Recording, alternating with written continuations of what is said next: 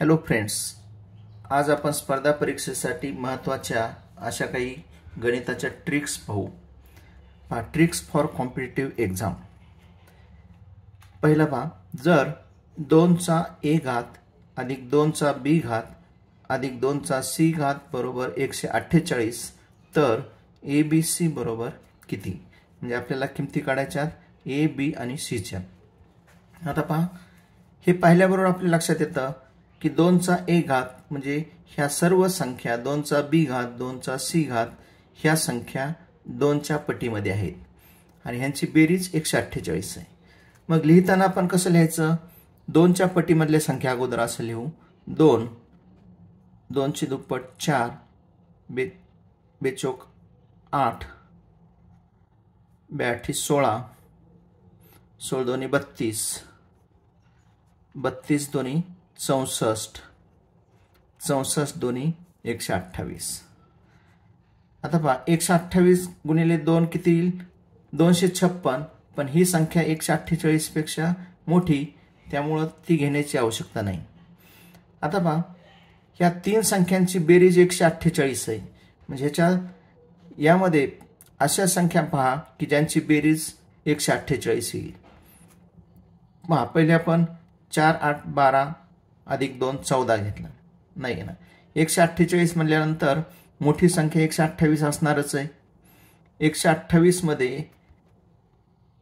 ही 128, त्यामध्ये 4 अधिक 16 मिळवले. 16 4 20 आणि 128 किती झाले? 128. म्हणजे 4 अधिक 16 अधिक 128 यांची बेरीज किती येते? 148. ह्या संख्या कशा लिहिता येतील? 4 म्हणजे काय? 2चा वर्ग अधिक 16 म्हणजे काय? 2चा चौथा घात अधिक 128 म्हणजे 2चा कितवा घात आहे? 5. 2चा 1 घात वर्ग 2चा तिसरा घात 2चा चौथा घात 5वा घात 6वा घात आणि 7वा घात 2चा 7वा घात बरोबर 148. म्हणजे a बरोबर किती आलं? 2 2चा a घात, b बरोबर 4 आणि c बरोबर 7. या पद्धतीने आपल्याला a b c च्या किमती काढता येतील. असंच एक उदाहरण आणखीन आपण पाहू.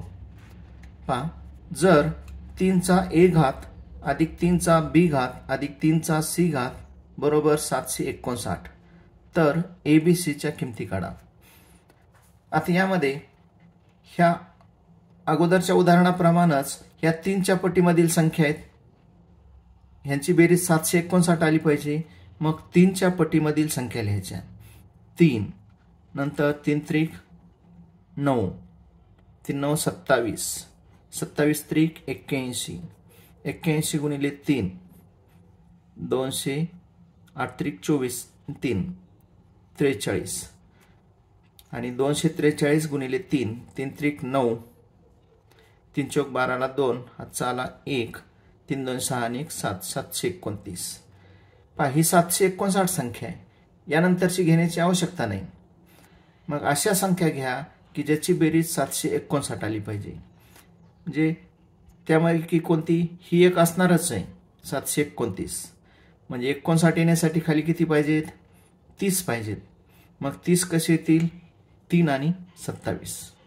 म्हणजे पहा, 3 अधिक 27 अधिक 729 बरोबर किती? 759. म्हणजे 3 ला काय लिहिता येतं? 3चा 1 घात 27 म्हणजे वर्ग तिसरा घात अधिक 729 म्हणजे वर्ग तिसरा घात चौथा घात 5वा घात 6वा घात 3चा 6वा घात बरोबर 759. म्हणून 3चा a घात म्हणजे a ची किंमत किती आली? 1. 3चा घन म्हणजे b ची किंमत 3 आणि 3चा c घात म्हणजे c ची किंमत किती आली? 6. या पद्धतीने आपल्याला कमी वेळेमध्ये किमती काढता येतील.